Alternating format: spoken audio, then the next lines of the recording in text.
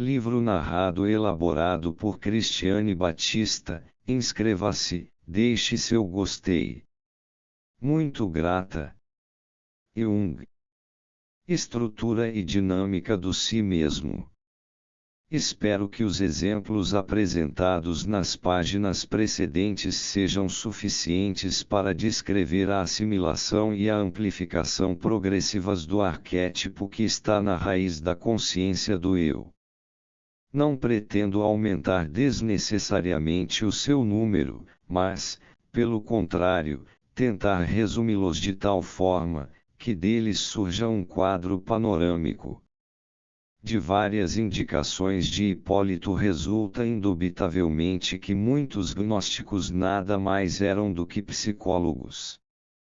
Assim refere ele que os mesmos diziam que é muito árduo descobrir a alma e difícil entendê-la, e que também é difícil chegar ao conhecimento do homem completo. O começo da perfeição, teleiosis, é, com efeito, o conhecimento do homem, ao passo que o conhecimento de Deus é a perfeição acabada, a partis meniteleiosis. Clemente de Alexandria nos diz, em seu Pedagogo, 3:1 a maior de todas as doutrinas consiste, na minha opinião, em conhecer-se a si mesmo. De fato, quando o homem se conhecer a si mesmo, conhecerá também a Deus. Monôimo diz, em sua carta dirigida a Teofrasto, procura-o dentro de ti mesmo, apo e autou, e aprende quem é aquele que se apropria de tudo o que há em ti e diz, meu Deus, meu entendimento, minha alma, meu corpo, e aprende de onde provém o afligir-se e o alegrar-se, o amar e o odiar, e estar acordado sem querer e o estar com sono involuntariamente e o aborrecer-se sem querer e, quando tiveres investigado isto cuidadosamente, dizem eles, encontrá-lo-ás dentro de ti mesmo como uno e como múltiplo, à semelhança daquele ponto, Kerayan, e descobrirás dentro de ti mesmo, a fialtou, a passagem e a saída. Ao ler este texto, pensamos espontaneamente nos conceitos indianos do si mesmo como Brahman e Atman, assim, por exemplo, no Kena Upanishad. Um enviado por quem voa humana, em disparada. Ajaezado inicialmente por quem segue veloz o sopro. Quem nos envia a palavra que aqui embaixo proferimos? Que Deus é este que ajaeza o ouvido e o olho? 2. Ouvir do ouvir, pensar do pensar, da palavra o falar. 4. Exprimível se torna a palavra. Por aquele que é inexprimível. 5. O pensamento é pensado. Por aquele que é impensável pelo pensamento. Tal é aquele que dives conhecer como Brahman. Yajnavalkya o define, de forma indireta, na Brihadaranyaka Upanishad 3:7, 15 e 23. Aquele que habita em todos os seres, que é diferente de todos os seres e ao qual nem todos os seres conhecem, aquele cujo corpo são todos os seres, aquele que governa interiormente todas as coisas, é a tua alma, o teu condutor interior, o imortal. Afora ele não há outro que veja, afora ele não há outro que ouça, afora ele não há outro que entenda, afora ele não há outro que conheça. É ele a tua alma, o teu condutor interior, o imortal. O que dele difere é cheio de sofrimento. Não é impossível que Monôimo, cognominado o árabe, tenha sofrido influências indianas. De qualquer modo, suas afirmações são significativas, pelo fato de mostrarem que já no século II o eu era entendido como expoente de uma totalidade abrangente, o si mesmo ponto de vista que ainda não é de todo familiar, mesmo entre os psicólogos de hoje. Assim como na Índia, também no Oriente Próximo tais conhecimentos constituem o resultado de intensa observação introspectiva que não pode ser senão de natureza psicológica. A gnose é, indubitavelmente, um conhecimento psicológico, cujos conteúdos provêm do inconsciente. Ela chegou às suas percepções através de uma concentração da atenção sobre o chamado fator subjetivo que consiste, empiricamente, na ação demonstrável do inconsciente sobre a consciência.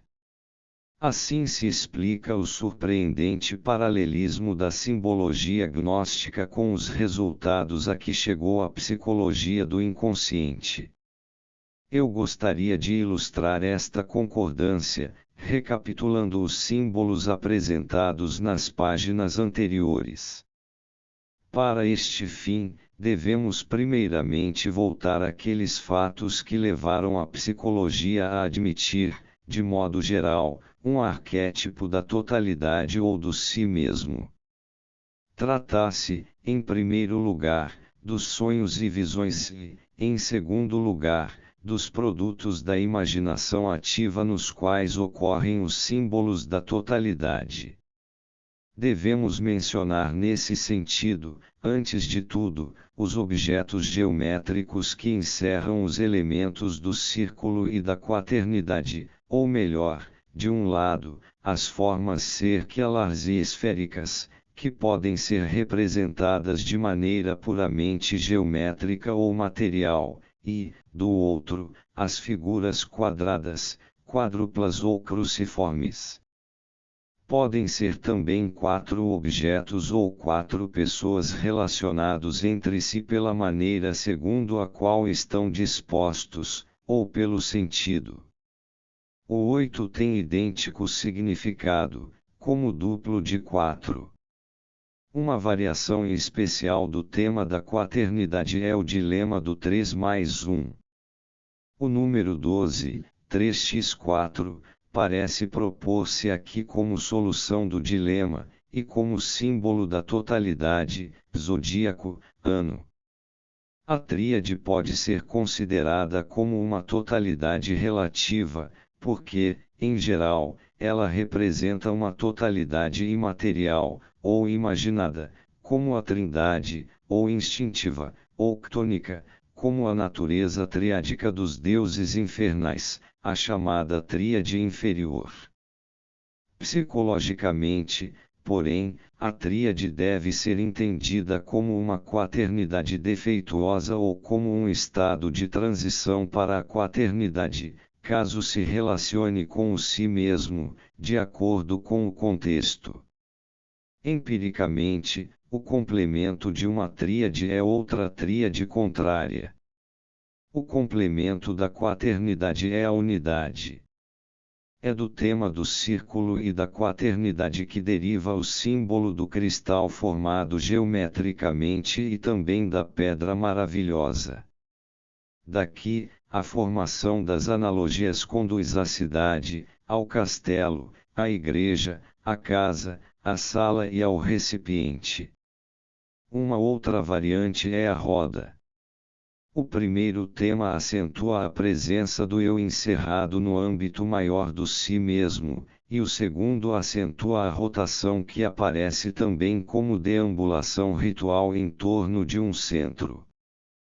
Psicologicamente, ela significa o ato de concentrar-se e de ocupar-se com um ponto central que é concebido como centro de um círculo e, por isso mesmo, expresso como ponto. Disto resulta uma relação com o polo e a concha celeste ornada de estrelas girando em torno dele.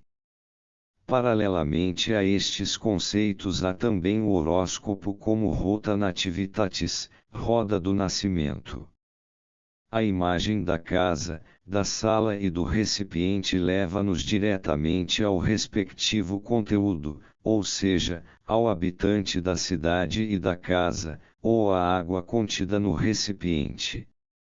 O primeiro símbolo também se acha em relação com a quaternidade e com o quinto elemento constitutivo enquanto unidade do 4. O último símbolo aparece, na experiência moderna, como água azul que reflete o céu, como lago, como 4 rios, por exemplo, a Suíça como coração da Europa, com os rios Reno, Ticino, Ródano e In, ou o Paraíso, com os rios Gion, Fisson, Hiddekel e Eufrates, como água medicinal e como água benta etc. Muitas vezes a água aparece associada ao fogo, ou mesmo unida a ele como aguardente, vinho, álcool. O habitante do recinto quadrado conduz a forma humana que é o símbolo mais frequente do si mesmo, ao lado do geométrico e aritmético, é um deus ou um homem de semelhança divina, um príncipe, um sacerdote, um grande personagem, uma figura histórica, um avô, um pai querido, um modelo admirado, o irmão mais velho bem-sucedido, em resumo, uma figura que sobrepuja a personalidade do eu do sonhador. A psicologia feminina tem as figuras femininas correspondentes. Da mesma forma que o quadrado se contrapõe ao círculo, assim também o 3+1 se contrapõe à quaternidade, e à deformidade demoníaca negativa, odiosa, má, desprezível e temida, a manifestação humana positiva, bela, boa, venerável e amável. Como todos os arquétipos, o si mesmo também tem um caráter paradoxal e antinômico. É ao mesmo tempo masculino e feminino, velho e criança, poderoso e indefeso, grande e pequeno. O si mesmo é uma verdadeira complexio opositorum, convivência dos opostos, com o que, porém, não queremos dizer que ele seja em si e por si, talvez, de natureza tão antitética. É igualmente possível, com efeito, que o seu aparente caráter paradoxal nada mais seja do que um reflexo das mudanças enantiodrômicas ocorridas na disposição da consciência, que ora é favorável ora desfavorável à totalidade. O mesmo se pode dizer do inconsciente em geral, uma vez que as formas apavorantes deste último podem ser provocadas pelo medo do consciente em relação ao inconsciente. Não se deve subestimar o significado da consciência, e por isto se recomenda que se procure de algum modo um nexo causal entre as manifestações contraditórias do inconsciente e as disposições da consciência. Mas também não se deve sobreestimar a consciência, pois a experiência nos oferece provas inequívocas e abundantes da autonomia dos processos inconscientes de compensação, para que somente se procure a origem das antinomias na consciência. Entre a consciência e o inconsciente existe uma espécie de relação de indeterminação, porque o observador não pode separar-se do objeto observado e também porque este é perturbado por aquele, pelo simples ato de observar. E isto significa que uma observação exata do inconsciente só é possível à custa da observação da consciência, e vice-versa. Assim, o si mesmo surge em todas as formas, das mais elevadas às mais ínfimas, uma vez que tais formas ultrapassam as fronteiras da personalidade do eu, à maneira de um daimon, demônio socrático. É óbvio que o si mesmo tem também seus símbolos teriomórficos. Parece que as figuras mais frequentes nos sonhos modernos são, de acordo com minha experiência, as do elefante, do cavalo, do touro, do urso, do pássaro branco e preto, do peixe e da serpente. Também ocorre, ocasionalmente, a tartaruga, o caracol, a aranha e o escaravelho. Símbolos vegetais são, principalmente, a flor e a árvore. Dentre os objetos inorgânicos que aparecem com relativa frequência, devem-se mencionar ainda o monte e o lago. Nos casos em que há um menosprezo pela sexualidade, o cinismo aparece simbolizado em forma de falo. Este menosprezo pode consistir numa repressão comum ou numa depreciação manifesta. Esta última surge em certos indivíduos mais diferenciados como uma maneira meramente biológica de conceber e estimar a sexualidade. Semelhante concepção não atenta para as implicações espirituais ou místicas do impulso sexual. Estas implicações estão sempre presentes como fatos psíquicos, mas são depreciadas e reprimidas por razões racionalistas ou ideológicas. Em qualquer caso como este, é lícito esperar um falicismo inconsciente como forma de compensação. A consideração superlativamente sexualista da psique, em Freud, pode ser tomada como uma boa exemplificação do que acima foi dito. No que diz respeito aos símbolos gnósticos do si mesmo entre os naacenos de Hipólito, os que mais se destacam são as imagens com forma humana. Dos símbolos geométricos e aritméticos, os principais são a quaternidade, a odoada, o número octonário, a tríade e a unidade. Voltemos nossa atenção para o símbolo da totalidade expresso na quaternidade, em primeiro lugar, para o símbolo mencionado na secção 13:6, do presente volume, que eu, para resumir, gostaria de chamar de quaternio de Moisés, e, em seguida, para o segundo quaternio naaceno, ou seja, o dos rios do paraíso. Nas páginas que se seguem tentarei não só relacionar psicologicamente entre si estes dois quaternios, os quais, embora de constituição diversa, exprimem quase a mesma coisa, como também estabelecer sua conexão com as formações posteriores, alquímicas, de quaternios. Nesta pesquisa veremos, como mostrarei, até que ponto estes dois quaternios são característicos da psicologia gnóstica, e de que modo é possível enquadrá-los na história espiritual arquetípica do éon cristão. A quaternidade no quaternio de Moisés foi estruturada manifestamente de acordo com o seguinte esquema. O Adão inferior corresponde ao homem comum e mortal, Moisés, ao herói cultural e legislador e, consequentemente, também ao pai, no estágio personalístico. Séfora corresponde, como filha de rei e sacerdote, à mãe superior. No homem comum, os dois representam o casal régio. Em Moisés, porém, este casal corresponde, de um lado, ao seu homem superior e de outro, à sua anima, Miriam. O homem superior é sinônimo do homem espiritual, interior, representado por Jetro na quaternidade acima ilustrada. É assim que se apresenta o significado do quaternio, quando considerado do ponto de vista de Moisés. Como, porém, este está para Jetro na mesma relação que o Adão inferior, isto é, o homem comum está para Moisés, o quaternio pode ser entendido não somente como estrutura da personalidade de Moisés, como também, inclusive, do ponto de vista do Adão inferior. Neste caso resulta o seguinte quaternio.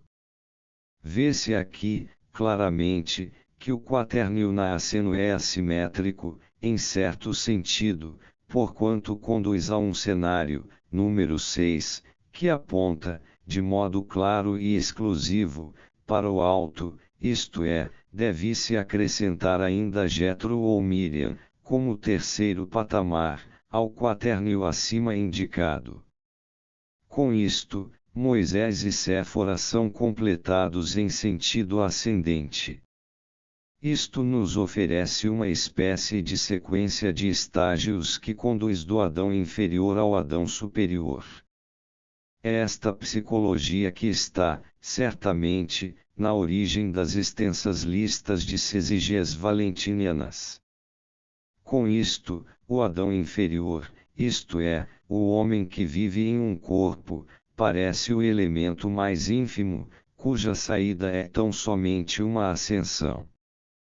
Entretanto, como já indiquei acima, os 4 figurantes do quaternio na aceno foram escolhidos com tal habilidade, que foram indicados e, consequentemente, acolhidos não só o tema do incesto, que nunca falta no quaternio de matrimônios, como também o procedimento de estender a estrutura psíquica do homem comum para o lado infra-humano, tenebroso e mau, a sombra. Moisés desposa a mulher etíope, e Miriam, a profetisa e irmã-mãe, torna-se leprosa, palavra que, já por si, nos mostra que a relação com Moisés se tornou negativa.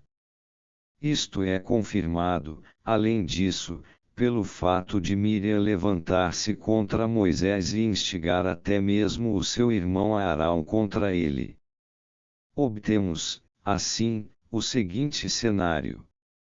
Jotor, o grande sábio, não é inculpado pelos textos bíblicos, na qualidade de sacerdote madianita, porém, ele não está a serviço de Javé e não pertence ao povo de Deus, mas se separa deste, voltando para casa despedido por Moisés. Parece que tinha também o nome de Reguel, amigo de Deus, e teria ajudado a Moisés com sua elevada sabedoria. Por conseguinte, constitui uma personalidade luminosa, isto é, a corporificação de um arquétipo, ou seja, do arquétipo do velho sábio, que personifica o espírito no mito e no folclore. Como já mostrei, este espírito tem uma natureza contraditória e conflitante. Da mesma forma que Moisés representa sua própria sombra no caso apresentado, Jetro também deveria ser incluído no quaternio, como aspecto inferior de si próprio, em sua qualidade de sacerdote pagão e estrangeiro, com um significado mágico nefasto, não garantido pelos textos. Como já indicamos, o quaternio de Moisés é uma variante individual do quaternio geral de matrimônios que ocorre também no folclore. Assim, poderíamos designá-los igualmente por outros nomes míticos. O esquema fundamental aparece também sob formas diversas, assim, por exemplo, a irmã pode ser substituída pela mãe ou o irmão da mulher por uma figura semelhante ao pai. Mas o tema do incesto permanece como característica específica.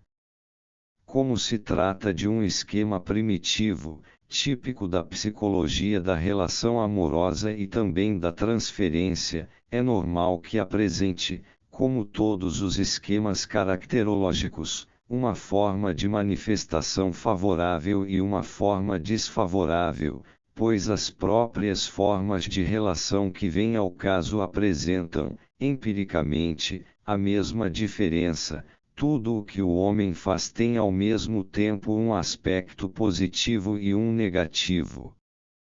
Que o leitor não se confunda, portanto, com as denominações um tanto grotescas dos gnósticos, que são, por assim dizer, incidentais, mas o esquema em si é universalmente válido. O mesmo se pode dizer do segundo esquema, isto é, de seu quaternio da sombra, para o qual mantive a mesma terminologia, uma vez que a biografia de Moisés contém certos traços que se prestam muito bem para ilustrar a sombra. O quaternio dado abaixo não culmina em um Adão inferior, mas em uma etapa preliminar tenebrosa e animalesca, ou teriomórfica, do mesmo, ou seja, na serpente criada antes do homem, o nas dos gnósticos. Disto resulta a seguinte estrutura. Este esquema não é mera brincadeira ociosa, pois os textos gnósticos demonstram inequivocamente que o aspecto tenebroso das figuras metafísicas lhes era familiar, e a prova disto é o grande choque que provocaram. Pense-se, por exemplo, na identificação do Deus bom com Priapo, ou do Anthropos com o Hermes etifálico. Acresce também que foram os gnósticos, Basílides, que discutiram longamente o problema do mal, potenteokakon. De onde vem o mal? A figura serpentina do Nils e do Agatodaimon de modo algum significa que a serpente tinha um aspecto exclusivamente bom. Do mesmo modo que a serpente Apófis era a inimiga clássica do deus solar egípcio, assim também o diabo, a antiga serpente, era o inimigo de Cristo, o Navas Sol, o novo Sol. Ao Deus bom e perfeito se contrapunha um demiurgo imperfeito, vaidoso, ignorante e incapaz. Havia potências arcônticas que entregaram aos homens o Shirografum, manuscrito, de perdição, do qual Cristo deveria libertá-los. Com o início do segundo milênio, a evolução espiritual desloca o centro de gravidade, em proporção cada vez maior, para o lado tenebroso. O demiurgo se transforma no diabo que criou o mundo, e pouco depois a alquimia começa a desenvolver seu conceito de Mercúrio, o espírito em parte material e em parte imaterial que penetra e sustenta a criação, desde a pedra e o metal, até aos seres vivos mais elevados. Ele habita o interior da terra, sob a forma de serpente, tem corpo, alma e espírito. É imaginado como homúnculos, homenzinho, ou homus heltas, homem alto, como figura humana, e concebido como Deus terreno. Aqui vê-se claramente até que ponto a serpente é uma das fases preliminares do homem ou uma imagem longínqua do Anthropos, e como a equação, nas igual Nils igual Logos igual Cristo igual Adão superior, tem sua razão de ser. A evolução desta equação ao longo da Idade Média, no sentido do lado tenebroso, foi preparada, como já mencionamos, entre outros, pelo falicismo gnóstico, que se manifesta no século XV, no Códice Esbar no 1166, de conteúdo alquímico, na Laurenziana, em Florença, no século XVI, Mercúrio é identificado com Quilênio. É um fato significativo que a filosofia gnóstica tenha sido continuada justamente pela alquimia. A Mater Alchimia, a mãe alquimia, é uma das mães da moderna ciência, que nos transmitiu um conhecimento de incomparável valor acerca da matéria tenebrosa. Mas ela penetrou nos mistérios da fisiologia e fez das raízes da existência vital o objeto de suas pesquisas. Deste modo, o espírito humano mergulhou profundamente no mundo sublunar da matéria, repetindo, assim, o mito gnóstico do Nils, o qual, contemplando a sua imagem nas profundezas, desceu às regiões inferiores, onde foi enlaçado e tragado pela physis, natureza. O clímax desta evolução é representado, respectivamente, pelo iluminismo francês, no século XVIII, pelo materialismo científico, no século XIX, e, no século XX pelo realismo político e social que faz o curso da história regredir 2000 anos, trazendo de volta o despotismo, a negação dos direitos do indivíduo, a crueldade, o aviltamento da pessoa humana e a escravidão do mundo pré-cristão, cujo Liber-Problem, problema trabalhista, foi solucionado com o ergastulum, prisão e confinamento de escravos. A inversão de todos os valores se opera abertamente diante de nossos olhos. Parece que tal evolução, indicada aqui em poucas palavras, foi antecipada na simbologia medieval e na gnóstica como o Anticristo no Novo Testamento. Tentarei mostrar, no que se segue, de que modo isto se deu. Vimos acima que, assim como o Adão superior corresponde ao Adão inferior, também este último corresponde à serpente. No espírito da Idade Média e do final da Antiguidade, a primeira destas duas pirâmides representa o mundo do espírito ou a metafísica, a segunda, a natureza sublunar e de modo particular a disposição humana de natureza instintiva, a carne para me servir deste termo gnóstico cristão que tem suas raízes no reino animal ou mais precisamente no reino dos animais de sangue quente. O nadir deste sistema é o vertebrado de sangue frio, a serpente, com a qual se consuma a relação que é possível estabelecer, por assim dizer, com todos os animais de sangue quente.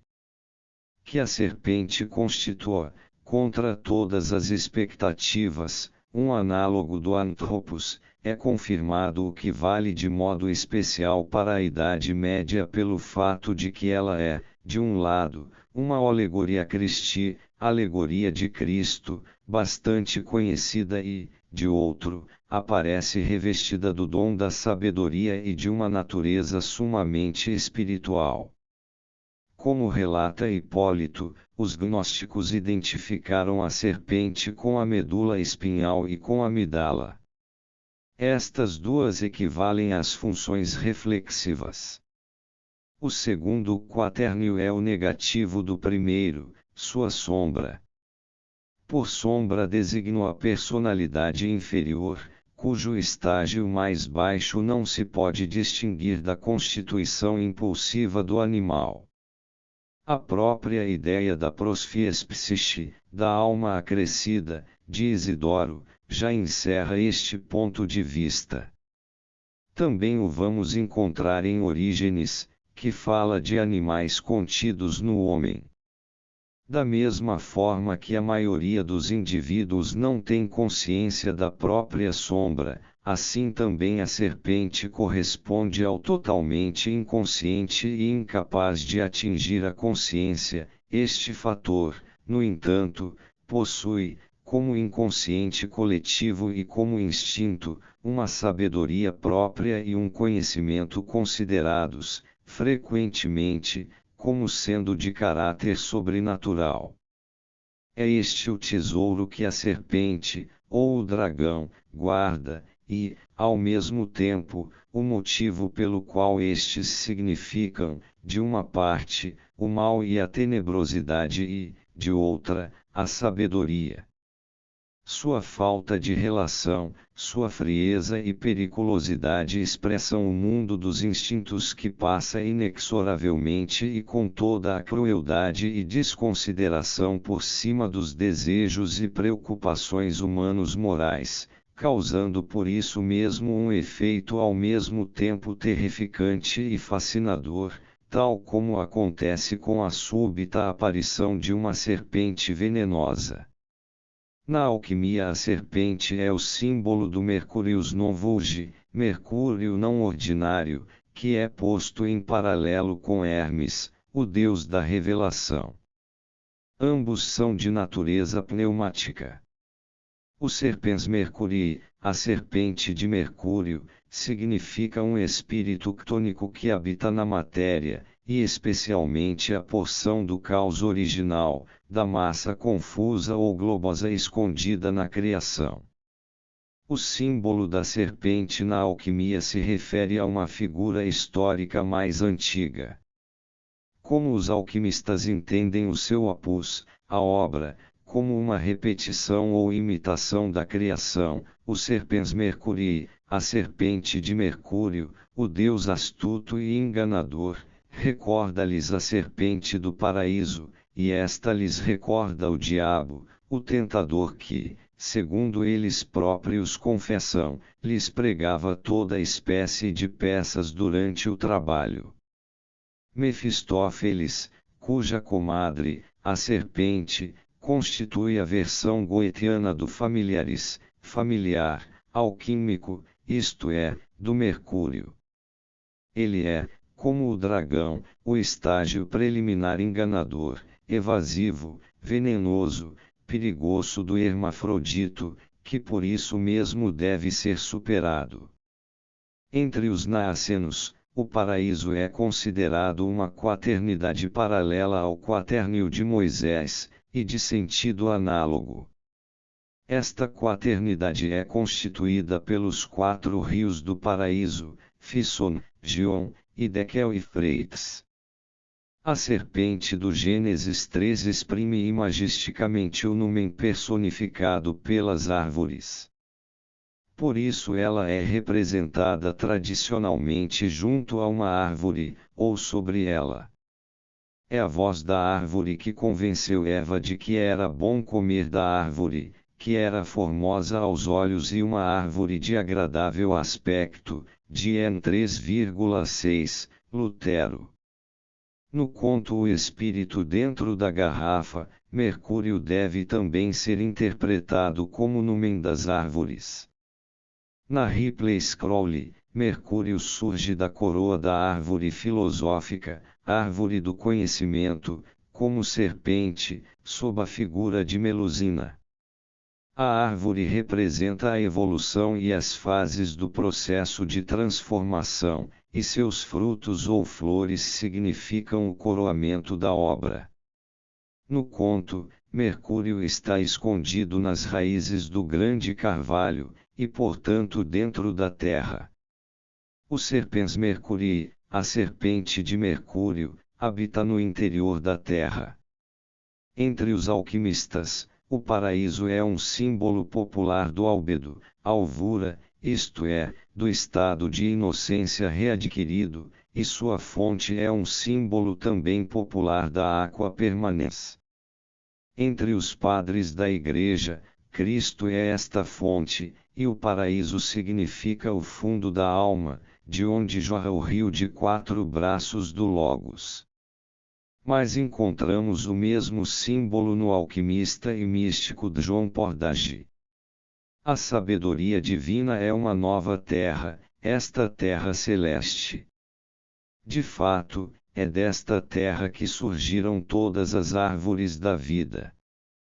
O paraíso, portanto, brotou do coração e do centro desta nova terra, e assim reverdeceu o jardim perdido do Éden, etc. O símbolo da serpente nos conduz à imagem do paraíso, da árvore e da terra. Em termos de uma história evolutiva, isto significa uma regressão, do reino animal à planta e à natureza inorgânica, cujo representante máximo era, para os alquimistas, o segredo da matéria, isto é, do lápis, da pedra filosofal. Mas este não deve ser entendido aqui como o produto final do opus, da obra alquímica, mas como sua matéria inicial. Os alquimistas chamam a este arcanum, igualmente, de lápis, pedra. O simbolismo aqui descrito pode ser representado diagramaticamente como quaternio ou como dupla pirâmide. O lápis é concebido como uma unidade e por isto representa a prima matéria, de modo geral. Mas tal como esta matéria é uma porção do caos primordial que, em determinada passagem, é concebido como oculto nos metais, especialmente no mercúrio ou em outras matérias, e em si não é uma coisa simples, mas uma massa confusa, assim também o lápis é composto de 4 elementos, ou deve ser formado por eles.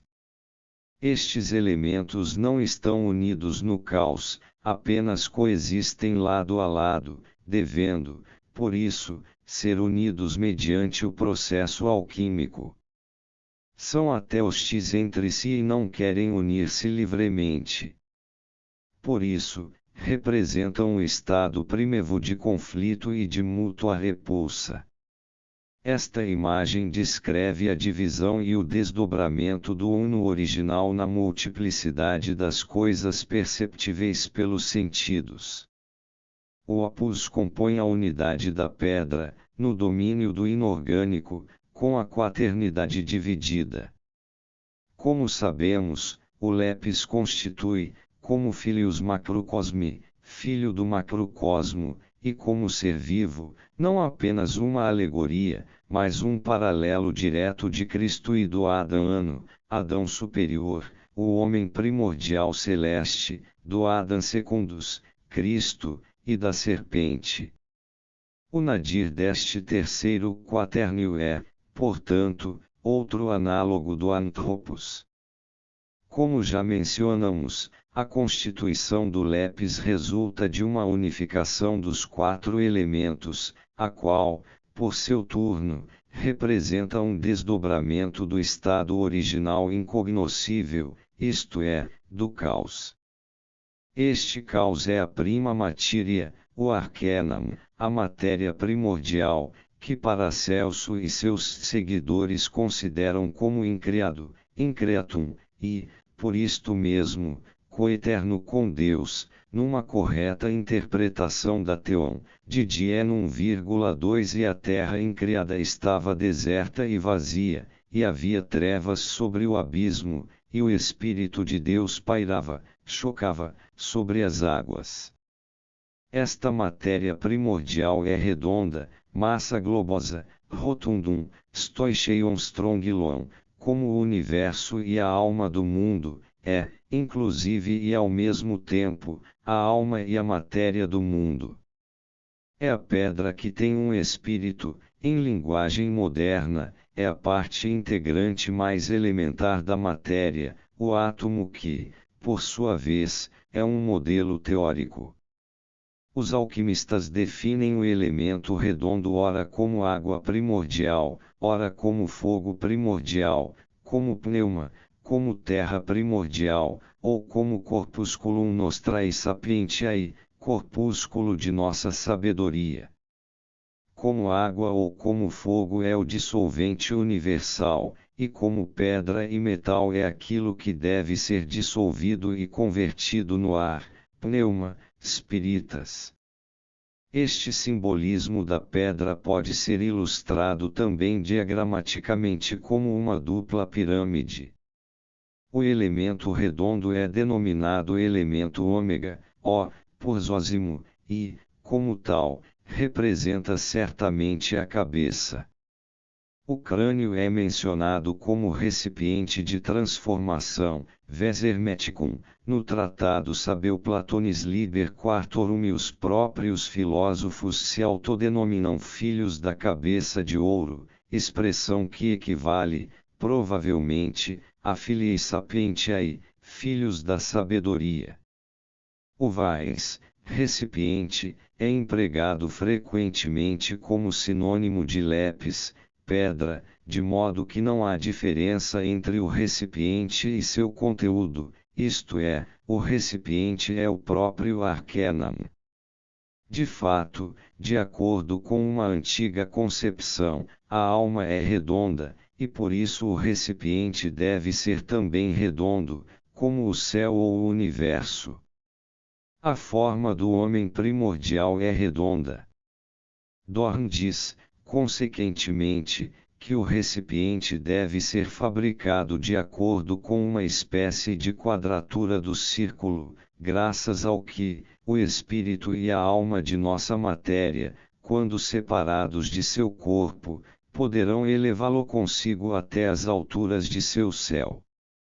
O autor anônimo dos Escólios no Tractatus Aureus Hermetis se refere também a esta quadratura e propõe a representação de um quadrado cujos ângulos são descritos mediante os quatro elementos. No centro deste quadrado se acha um pequeno círculo. O autor diz, a respeito do conjunto, divide esta pedra nos quatro elementos, retifica-os e reúne-os em um só, e com isto terás toda a obra dos mestres. O uno ao qual devem ser reconduzidos os elementos é aquele minúsculo círculo situado no centro da figura quadrada. De fato, este círculo é o mediador, que promove a paz entre os inimigos, ou seja, entre os elementos etc. Em um capítulo posterior, o autor reproduz a figura do recipiente, o verdadeiro pelicano filosófico, da seguinte maneira. A este respeito, ele comenta, a representa o interior, em certo sentido é a origem e a fonte de onde provém as demais letras, sendo, ao mesmo tempo, a meta final e definitiva a qual retornam todas as outras coisas, tal como os rios que fluem de volta ao oceano ou ao grande mar. Basta esta explicação para mostrar que o recipiente não é senão um mandala que simboliza o si mesmo ou o Adão superior, com as suas 4 emanações, à semelhança de Horus com seus 4 filhos. O autor chama-o de septenários mágicos ocultos. Maria, a profetisa, também afirma. Todos os filósofos ensinam isto, exceto o recipiente hermético, pois este foi escondido, divinamente, por obra da sabedoria do Senhor, da vista das nações, e os que não o conhecem, também ignoram o verdadeiro método alquímico. Teobaldo de Ogilande acrescenta, o Senhor, o ancião, diz que se deveria procurar mais a visão do que o conhecimento da Sagrada Escritura. Maria, a profetisa, afirma, este é o recipiente de Hermes, que os estoicos esconderão, não é um recipiente nigromântico, mas a medida de teu fogo, mensura ignis tui. Por estas citações vê-se claramente que o recipiente tinha uma importância grande e mesmo extraordinária. Filaleta, recapitulando todos os sinônimos de Mercúrio, diz que ele, Mercúrio, é não apenas a chave da arte alquímica e a espada de 2 gumes que está na mão do querubim que guarda o caminho que conduz à árvore da vida, mas também o Vaisnastram, Verum, Occultum, Ortus item filosóficos, in quo sol noster orietur surgit. Por aqui podemos entender, de algum modo, o estranho conselho de João de Rupecissa, ao dizer, faz feram vaisel in la maniere de un cherubim, que est la figure de Dieu, e as 6 ailes, em la façon de 6 bras, revenans em lui mesmis, e de sus unites tirand, e metres dedans e celui vaisel la ditio ardante etc. A indicação de que o querubim é a figura de Deus mostra que o autor se refere aqui à visão de Ezequiel, de tal modo arranjada que ao operar-se um corte horizontal através da imagem resulta um mandala constituído de 4 partes. Este mandala representa, como indicamos acima, a quadratura do círculo com a qual se deve fabricar o recipiente, segundo se lê numa instrução alquímica. O mandala designa o si mesmo humano ou divino, ou seja, a totalidade ou o conceito de Deus, como se percebe claramente no presente caso. Evidentemente, uma instrução desta natureza só pode ser entendida em sentido filosófico, isto é, psicológico. O seu conteúdo é o seguinte: faz o recipiente hermético com a totalidade de tua alma e despeja nele a aqua permanens, e dieste doutrinae, a água permanente, isto é, da doutrina, cujo sinônimo, como sabemos, é o vinum ardens, vinho de fogo. Há aqui, certamente, uma indicação de que o adepto deve digerir e transformar-se a si próprio mediante a doutrina da alquimia. É dentro deste contexto que se pode também entender o que a aurora consurgens segunda diz do vers naturale, recipiente natural, como matriz que é uno no qual estão os 3, isto é, a água, o ar e o fogo, que são 3 alambiques, de vidro nos quais o filho dos filósofos é gerado. Por isso chamam-no o recipiente de tintura, sangue e ovo. As 3 retortas são uma referência à Trindade. Isto nos mostra a ilustração da página 249 da Pandora de 1588, onde, ao lado dos 3 alambiques, contidos em um grande recipiente de cozinhar, acha-se a figura de Cristo, de cujo peito aberto pela lança jorra uma torrente de sangue, flumina de ventre Christi. O recipiente hermético redondo no qual se opera a misteriosa transformação significa a divindade, a alma do mundo, de Platão, e a totalidade do homem. Eis outro correspondente do Anthropos, e ao mesmo tempo o universo em sua forma menor e mais material. Por isso entende-se facilmente a razão pela qual a primeira tentativa de estabelecer-se um modelo do átomo tomou o sistema planetário como paradigma. A quaternidade é o esquema ordenador por excelência, comparável à retícula do telescópio. Ela constitui um sistema de coordenadas empregado, por assim dizer, instintivamente, sobretudo para dividir e ordenar uma multidão caótica de coisas, como, por exemplo, a superfície visível da Terra, o círculo do ano, um ajuntamento de indivíduos em um grupo humano, as fases da Lua, os temperamentos, os elementos, as cores, alquímicas, etc.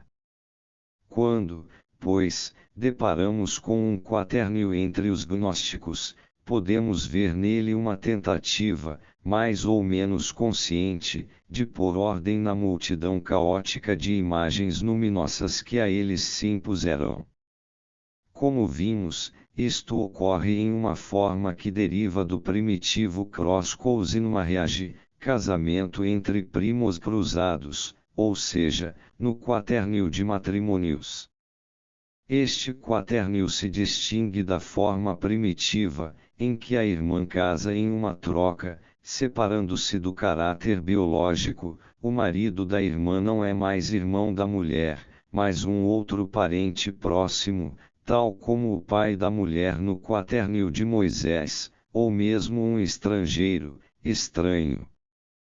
A perda das características de irmão ou de primo é compensada, em geral, por qualidades mágicas, como a passagem a uma categoria superior, a capacidade mágica e coisas semelhantes, e isto tanto em relação à irmã do marido quanto em relação ao irmão da mulher.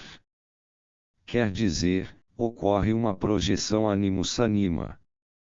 Esta mudança representa um progresso cultural essencial, pois o fato da projeção indica uma constelação do inconsciente na relação homem-mulher, isto é, o casamento tornou-se psicologicamente complicado. Já não é mais uma coexistência meramente biológica e social, ela começa a tornar-se uma relação consciente. Tal coisa acontece quando o cross-cousin marriage se torna obsoleto, e isto representa, acima de tudo, uma consequência da diferenciação mais ampla das classes de matrimônio em um esquema de 6, 8 e 12 integrantes. O motivo da ativação do inconsciente, que acompanha passo a passo esta evolução, consiste na regressão da tendência endogâmica, isto é, da libido voltada para os parentes e que já não encontra uma satisfação total, por causa do caráter estranho cada vez mais acentuado do parceiro. Além do quaternio de matrimônios, os gnósticos utilizaram também a quaternidade das torrentes do paraíso para ordenar seus inúmeros símbolos, como já lembramos. No interior dos símbolos acima relacionados ocorre 2 vezes a tentativa, compensadora, de colocar em ordem as imagens aparentemente desconexas. Isto está em consonância com as experiências que se fazem com as séries de imagens presentes na imaginação ativa, de um lado, e, de outro, nos estados psíquicos caóticos. Em ambos os casos surgem, de tempos em tempos, símbolos quaternários. Ao contrário da inquietação ocasionada pelo caos, eles significam a tranquilidade resultante da ordem. Tem significado compensador. Os 4 quaternios acima apresentados constituem, antes de tudo, uma tentativa de estabelecer uma ordem fundamental na variedade quase infinita de símbolos usados no gnosticismo e na sua continuadora, a alquimia. Semelhante ordenamento dos princípios revela-se de utilidade para a compreensão do simbolismo dos sonhos dos indivíduos modernos. As imagens que encontramos neste domínio são muito mais variadas ainda e numa quantidade de tal forma desconcertante, que um esquema ordenador se torna absolutamente necessário. Como se recomenda que se adote um procedimento histórico, tomei o quaternio de Moisés dos Naassenos como ponto de partida, porque este se inspira diretamente no esquema primitivo do Cross-Cousin Maharishi. É óbvio que este quaternio só tem um significado paradigmático. Poderíamos, de igual modo, basear o sistema em qualquer outro quaternio de matrimônios, não, porém, em qualquer quaternidade, como, por exemplo, a de Horus e seus 4 filhos. Esta última não é suficientemente original, pois nos faz sentir a ausência do elemento feminino de natureza contrária. Com efeito, é de absoluta importância que justamente os opostos extremos, como o feminino masculino etc., apareçam ligados entre si. Por isso mesmo os pares de opostos da alquimia aparecem interligados nas quaternidades, por exemplo, o quente-frio, o seco-úmido. Se aplicarmos este procedimento ao quaternio de Moisés, teremos o seguinte esquema de parentesco. Enquanto a primeira pirâmide dupla corresponde ao modelo gnóstico, a segunda é uma construção psicologicamente derivada da primeira, construção que se apoia nos dados do texto bíblico utilizado pelos gnósticos. Já indiquei acima as razões psicológicas para a construção de um segundo quaternio. Que a segunda construção seja a sombra da primeira resulta do fato de que o Adão inferior, isto é, precisamente o homem mortal, possui uma psique ctônica e, por este motivo, não é expresso por uma quaternidade superior a ele. Se o fosse, teria forma assimétrica, como o Adão superior, que é também assimétrico e deve ser completado por uma quaternidade inferior a ele. Esta quaternidade está para ele na mesma razão que sua sombra ou imagem tenebrosa. Do mesmo modo que o primeiro quaternio encontra seu complemento simétrico no Adão inferior, assim também este último é equilibrado por um quaternio inferior a ele e construído de conformidade com o esquema do quaternio superior.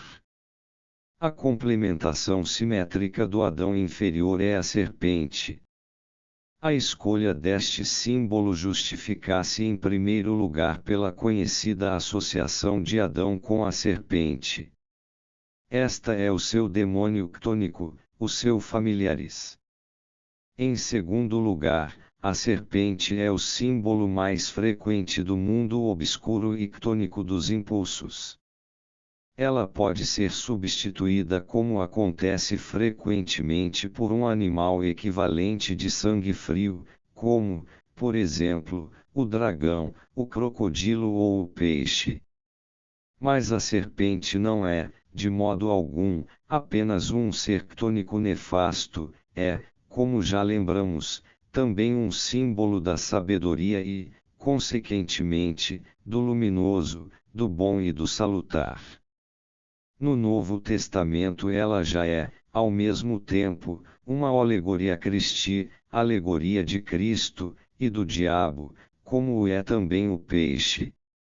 O dragão entre nós de caráter apenas negativo tem uma significação positiva na China e em parte também na alquimia ocidental. O caráter antinômico interior de simbolismo da serpente é incomparavelmente superior ao do homem. É absolutamente manifesto, enquanto o do homem acha-se parcialmente em estado de latência ou de potencialidade.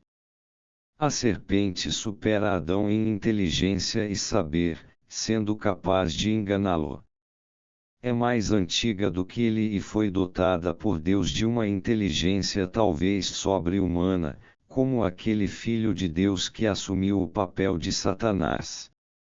Do mesmo modo que o homem culmina, em cima, na ideia de um Deus luminoso e bom, assim também, embaixo, ele repousa em um princípio tenebroso e maligno que é considerado, tradicionalmente, como o diabo ou como a serpente que personifica a desobediência de Adão. Da mesma forma pela qual há pouco equilibramos o homem com a serpente, assim também esta é completada, por seu turno, pelo quaternio nasceno, isto é, pelo quaternio do paraíso. O paraíso conduz ao reino animal e ao reino vegetal.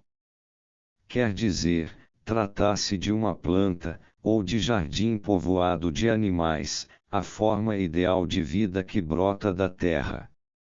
A serpente está relacionada, como serpens mercurialis, não só com Hermes, o deus da revelação, mas produz também, como numen da vegetação, a benedicta viriditas, o verdor bendito, todo o verdejar e florescer da vida vegetal. Este serpens habita o interior da terra, e é aquele pneuma que jaz oculto no seio da pedra. A complementação simétrica da serpente é a pedra enquanto representante da terra. Entramos aqui num estágio posterior da evolução do simbolismo, isto é, no da alquimia, cujo conceito central é o lepis, a pedra filosofal. Do mesmo modo que a serpente constitui o oposto inferior do homem, assim também a pedra completa a serpente, de maneira idêntica. Ela corresponde também ao homem. Aliás, não aparece representada somente sob a forma humana, como tem até mesmo corpo, alma e espírito, é um homúnculus, homenzinho, e, como nos mostram os textos, é um símbolo do si mesmo. Não é, porém, um eu humano, e sim um ser coletivo, uma alma coletiva, como o Hiranyagarbha indiano, o germe de ouro. A pedra é o pai e a mãe dos metais, sendo, por conseguinte, um hermafrodita. É uma última unidade, não elementar, mas formada de partes, resultante, portanto, de uma composição. Poderíamos sugerir para a pedra todos aqueles nomina que a alquimia criou para exprimir seu conceito central, mas isto não significaria, por si só, algo diferente ou mais apropriado. A escolha destes símbolos não é arbitrária, mas confirmada pela literatura alquímica, do século e até o XVIII.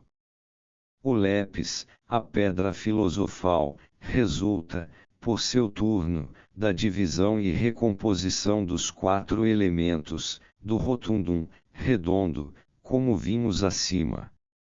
Este rotundum é uma ideia sumamente abstrata e transcendente, que se relaciona com o homem primordial graças à sua rotundidade e à sua totalidade. Isto faria com que as quatro pirâmides duplas fossem colocadas em círculo, formando, deste modo, o conhecido Ouroboros. Neste caso, o redondo seria idêntico à primeira pirâmide, como último estágio, isto é, o aspecto pesado, obscuro, da Terra está em relação secreta com o homem primordial. Isto é patente na alquimia, mas ocorre igualmente na história das religiões, o que se vê pelo fato de os metais provirem do sangue de Gaiomard. Esta estranha relação se explica pela identidade do aspecto mais ínfimo, mais material, com o aspecto mais alto, mais espiritual, identidade que já encontramos na interpretação da serpente como animal, ao mesmo tempo ctônico e espiritual. Em Platão, o redondo é a alma do mundo e um Deus bem-aventurado. Tentaremos, agora, resumir as discussões do capítulo anterior e ilustrá-las graficamente. Num arranjo vertical, o esquema se apresenta da seguinte maneira, mediante uma representação gráfica. Disposto verticalmente, o sistema assume a seguinte forma. Neste esquema acentuei o ponto de tensão máxima entre os opostos, a saber, o duplo significado da serpente que ocupa o centro do sistema. Como alegoria, ao mesmo tempo, de Cristo e do diabo, ela contém e simboliza a oposição máxima em que se divide o homem primordial que desce ao interior da physis, natureza. O homem comum não atingiu esta tensão entre os contrários, ele a possui apenas no inconsciente, ou seja, precisamente, na serpente. Os opostos se acham por assim dizer unificados no lepis, o correspondente do homem, mas com um ponto de junção visível, isto é, o símbolo do hermafrodito, que deforma a ideia do lepis, pedra, como o aspecto demasiado humano desfigura o Homo sapiens. A oposição é invisível tanto no Adão superior como no rotundo. Mas um se acha em absoluta oposição ao outro, e se os dois são idênticos como realidades transcendentais indistinguíveis é porque se trata de um paradoxo que, entretanto, corresponde à regra. A afirmação sobre um dado metafísico só pode ser antinômica. O arranjo no Ouroboros assume a seguinte forma. Este arranjo mostra que a tensão maior se situa entre o Anthropos rotundum e a serpens, de um lado, e a menor entre o Homo e lepis, do outro, expressas pela distância dos respectivos pontos entre si. As setas indicam o descensus, descida, ao interior da physis, natureza, e o ascensus, subida, ao elemento espiritual. A serpente é o ponto mais baixo. O lepis, pedra, pelo contrário, embora de natureza acentuadamente material, representa também um símbolo espiritual, e o elemento redondo significa uma grandeza transcendente, mas simbolizada pelo mistério da matéria, de maneira mais ou menos comparável à ideia do átomo. A evolução antinômica do conceito corresponde à natureza paradoxal da alquimia. Com a quaternidade do lepis, pedra, criação da gnose alquimista, chegamos às interessantes especulações da alquimia no terreno da física, no Scrutinium Chimicum, 1687, de Miguel Maier, 1568-1622, encontra-se uma representação dos quatro elementos como quatro diferentes estágios do fogo, confronte com o quadro 1.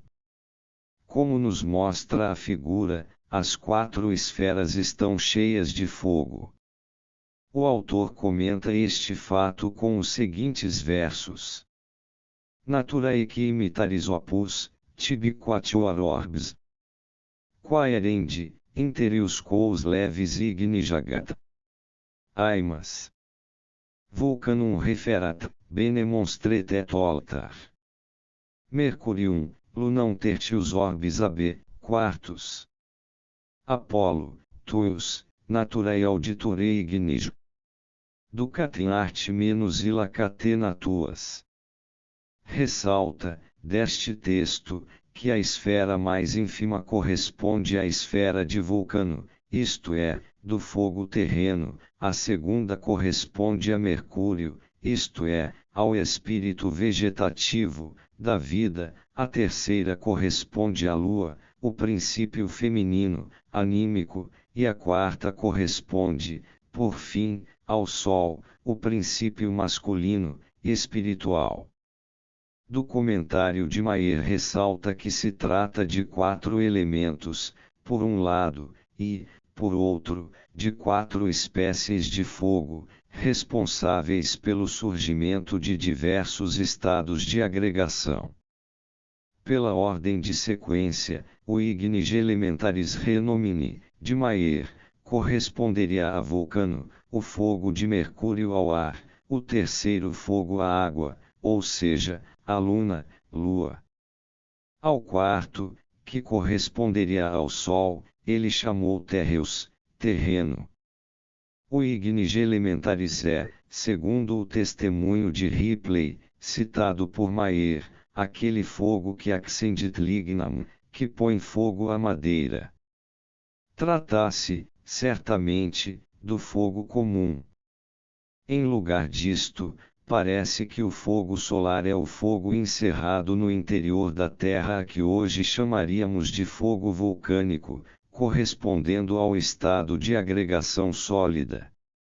Em decorrência, temos as séries seguintes. Série Divi Generi. Ignis mundi intelligibilis ignis caelestis ignis elementaris ignis infernalis 88 igual ignis naturalis. Série de Michael Maier. Ignis terreus ignis aqueus ignis aéreos ignis elementalis igual sulfura e mercuria quadraconis ig.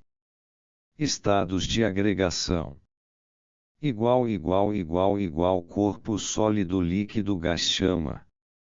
O que há de notável neste paralelismo dos estados de agregação com diversos gêneros de fogo é o fato de que se trata, aqui, de uma espécie de teoria do flogisto dos estados de agregação, não de forma explícita, é verdade, mas suficientemente sugerida. O fogo é inerente a todos os estados de agregação e é responsável por sua constituição.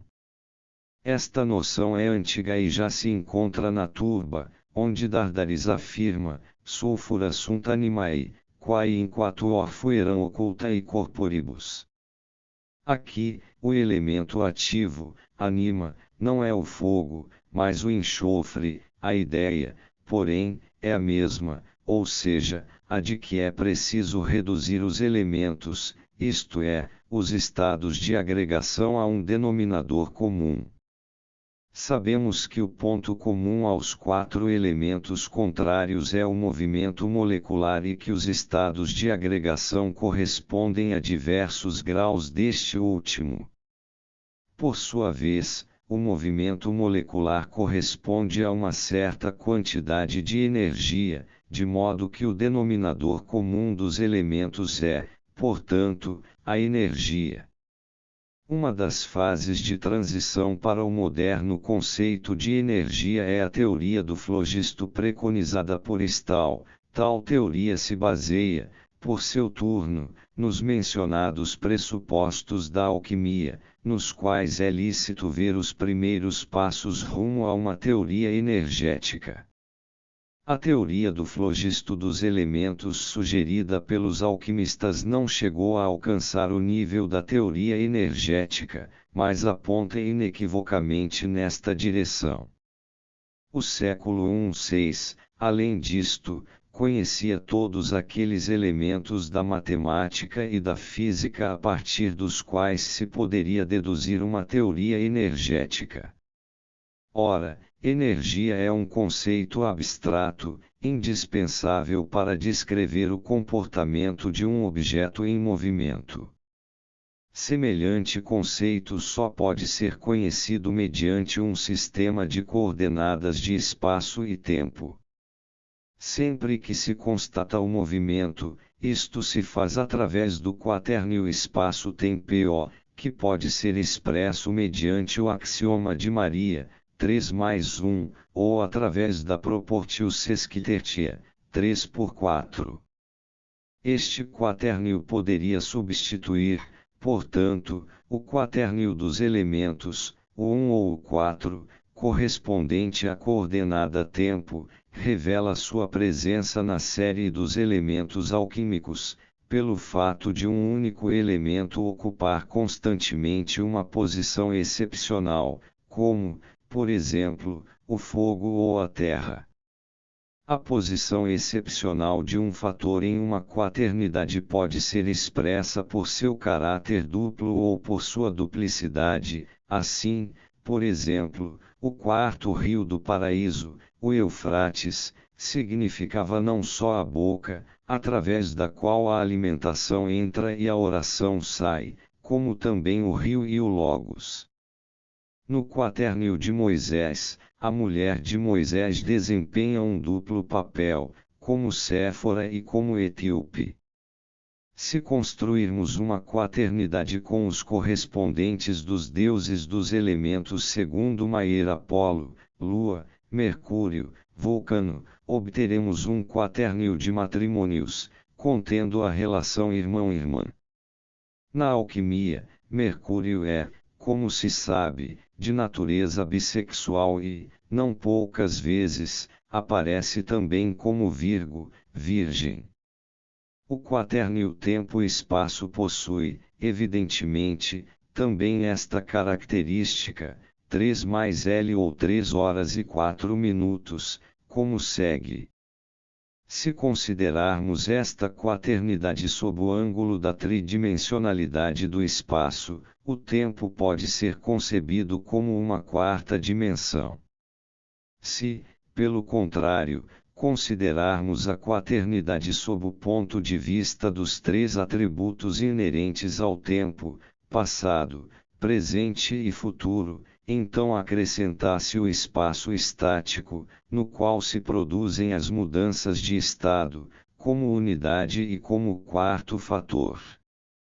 Em ambos os casos, o quarto fator representa algo de incomensuravelmente diverso, o qual, entretanto, é necessário para determiná-los, um em relação ao outro. Assim é que medimos o espaço por meio do tempo e o tempo por meio do espaço. Nas quaternidades gnósticas o correspondente do outro, isto é, do quarto fator, é o Fiaspirinos, o quarto na ordem numérica, a dupla esposa de Moisés, Séfora e a etíope, o duplo Eufrates, o rio e o Logos, e, no quaternio dos elementos dos alquimistas, o fogo, no quaternio de deuses de Maier, é o Mercúrius duplex, e na quaternidade cristã, caso nos seja lícito usar desta expressão. 98 é Maria ou o Diabo. Estas duas figuras incompatíveis se acham unidas no Mercúrius duplex da alquimia. O quaternio espaço-tempo é a condição e a possibilidade arquetípica do conhecimento físico em geral. Entre as quaternidades psíquicas, ele constitui o esquema ordenador por excelência. Sua estrutura corresponde ao esquema das funções psicológicas. A relação 3:1 aparece frequentemente nos sonhos e nos desenhos espontâneos dos mandalas. Um paralelo moderno individual das quaternidades superpostas, ligadas pela ideia do ascensus, subida, e descensus, descida, encontra-se entre as ilustrações de meu artigo concernente a imagens mandálicas. A mesma ideia aparece também nas imagens de um caso descrito detalhadamente, onde se trata de vibrações que formam nós. Cada um dos nós significa uma personalidade proeminente, como no caso da primeira das representações mencionadas. Parece-me que um tema semelhante se encontra na base da ilustração que reproduzo em meu livro. Trata-se de uma representação da Trindade, extraída de um manuscrito dos Tratados de Joaquim de Fiori. Neste contexto eu gostaria de mencionar, para concluir, a peculiaríssima doutrina da criação da Clementina I, em Deus, o pneuma e o soma, corpo, constituem uma só coisa.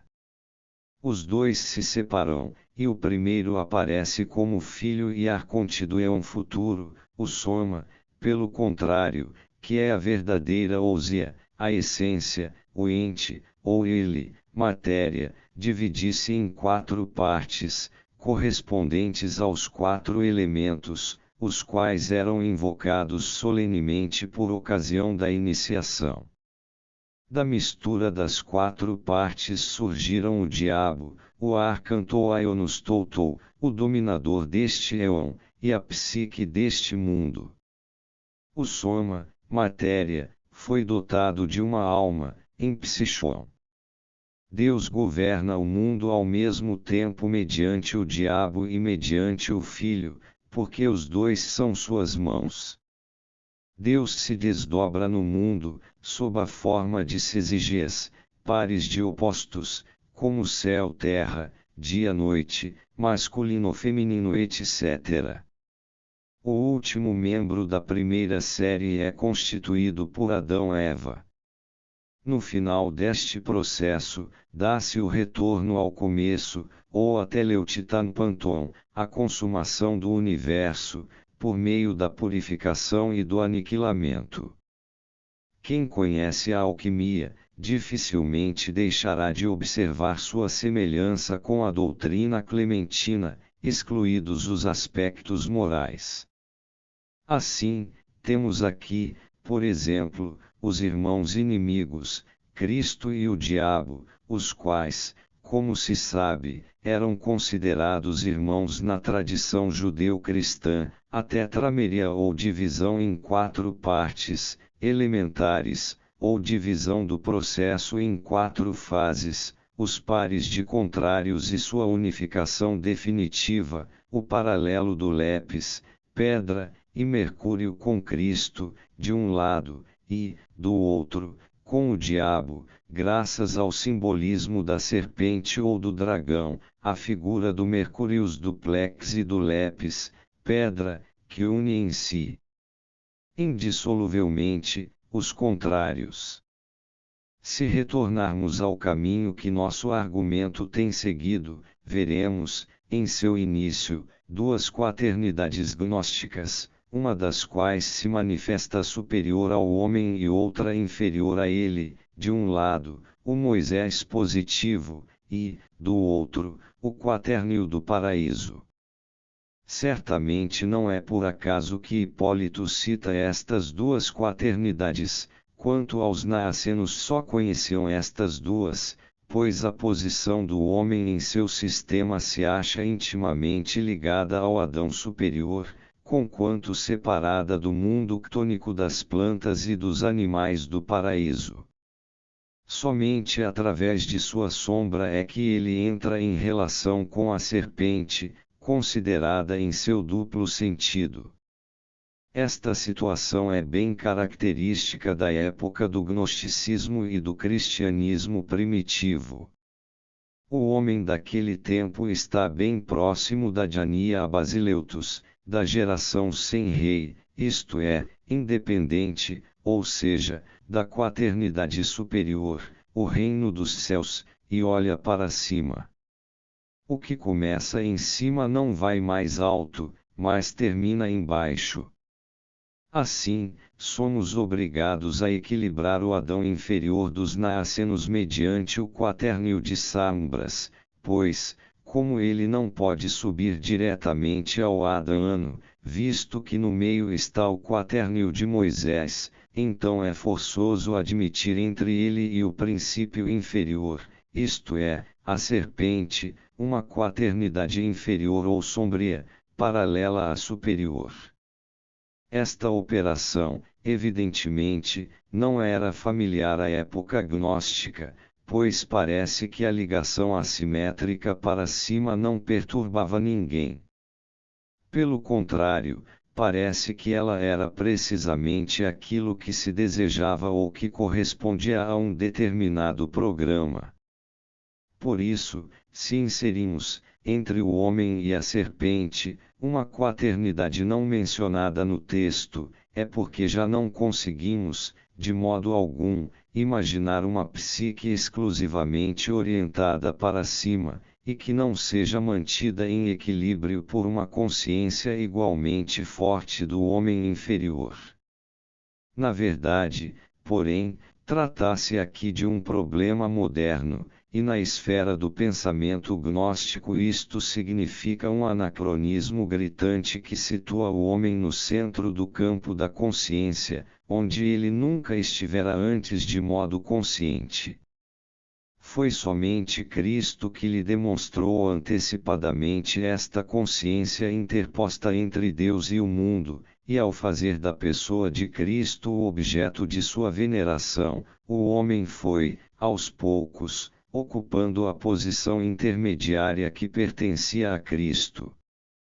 Do mesmo modo que Cristo foi crucificado entre dois malfeitores, assim também o homem foi pouco a pouco tomando conhecimento de sua própria sombra e de sua dualidade.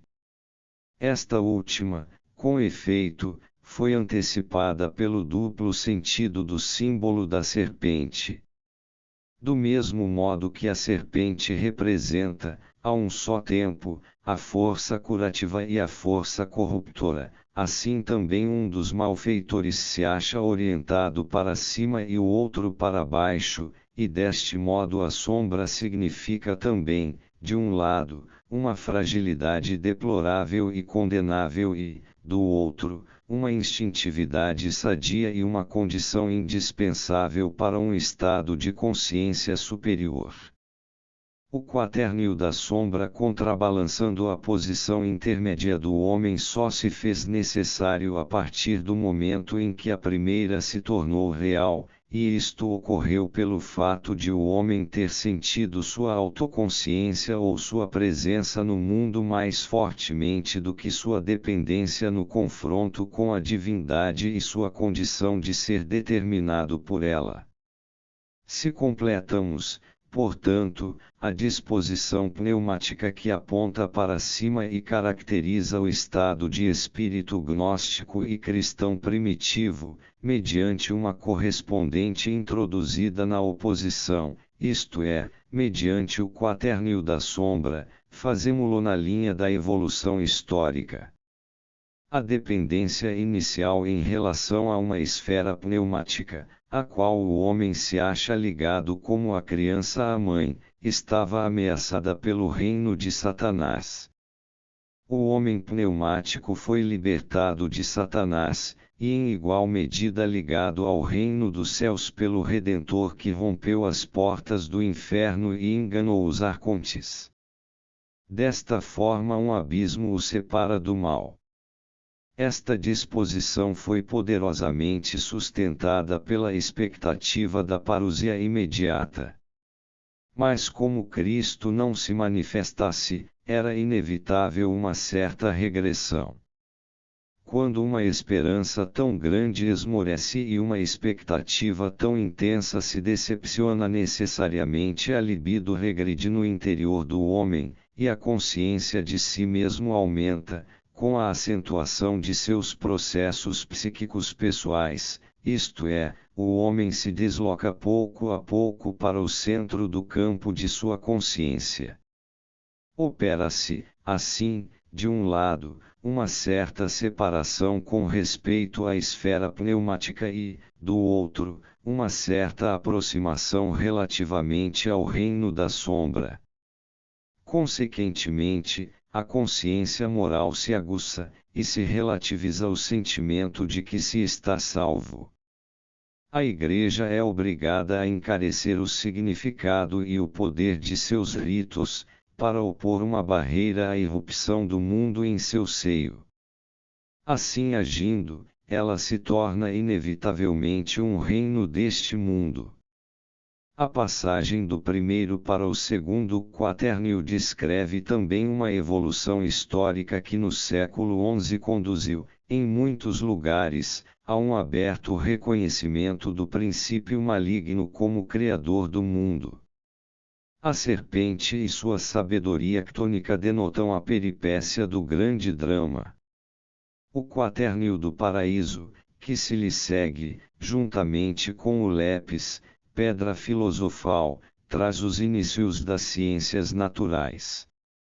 Rogério Bacon, de 1214 a 1294, Alberto Magno, de 1193 a 1280, e os alquimistas, cuja tendência, entretanto, difere da tendência pneumática, não em 180, mas apenas em 90 graus. Quer dizer, ela se situa transversalmente em relação à orientação espiritual seguida pela Igreja, constituindo, por isso, mais um embaraço para a fé do que, propriamente, uma oposição a ela. Do lepis, pedra, isto é, da alquimia, parte uma linha reta que vai desembocar nas ciências naturais modernas, ou seja, no quaternio dos estados de agregação alquímicos, quaternio que, como já mostrei, repousa, em última análise, no quaternio espaço-tempo. Este pertence à série das quaternidades arquetípicas e se revela, como estas quaternidades, um princípio ordenador imprescindível das impressões sensoriais que a psique recebe de objetos em movimento. Espaço e tempo constituem um a priori psicológico, um aspecto da quaternidade arquetípica em geral, necessário para o conhecimento dos processos físicos. A evolução, que vai do segundo quaternio até o quarto, descreve, juntamente com ele, a mudança que se operou na imagem do mundo ao longo do segundo milênio da era cristã. A série encerra-se com a concepção do redondo ou com a rotação operada no interior da oposição até chegar à estática da quaternidade que, como já mencionamos, mostra-se como uma condição preliminar para o conhecimento da natureza. O advento do materialismo científico, ligado a esta evolução, se revela, de um lado, como consequência lógica e, do outro, como uma divinização da matéria. Este último aspecto é psicologicamente causado pelo fato de o redondo coincidir com o arquétipo do homem primordial. Com este conhecimento, fecha-se o anel do Ouroboros, o símbolo do opus circulare, obra circular, da natureza e da arte. Podemos expressar a série de quaternios em forma de uma equação na qual designamos por A o estado inicial, em nosso caso, o anthropos, por A1, o estado final, e por B, C, D, os estados intermediários. Designamos as respectivas figuras discriminativas pelas correspondentes minúsculas A, B, C, D. No que tange à construção desta fórmula, convém termos presente que se trata de um processo de transformação progressiva de uma só e mesma substância. Esta substância, e seu respectivo estado de transformação, produzem sempre o seu semelhante, isto é, de A surge A e de B surge B, de igual modo B gerará B, e C gerará C. Pressupõe-se, outro tanto, que B se segue A e que a fórmula seja escrita da esquerda para a direita. Estes pressupostos são legítimos para uma fórmula psicológica. Esta fórmula, naturalmente, não pode ser disposta de maneira linear, mas unicamente em um círculo, o qual, precisamente por este motivo, corre da esquerda para a direita. De A se origina o semelhante a. De A, o processo avança, por contingência, para B, do qual provém o estado B. A transformação se processa da esquerda para a direita, acompanhando o movimento do Sol, quer dizer, trata-se de um processo de tomada de consciência ao qual já se refere a discriminação de A, B, C, D em quatro grandezas qualitativamente distintas. Nossos atuais conhecimentos de ciências naturais, porém, não se baseiam em uma quaternidade, e sim em uma trindade de princípios, espaço, tempo e causalidade.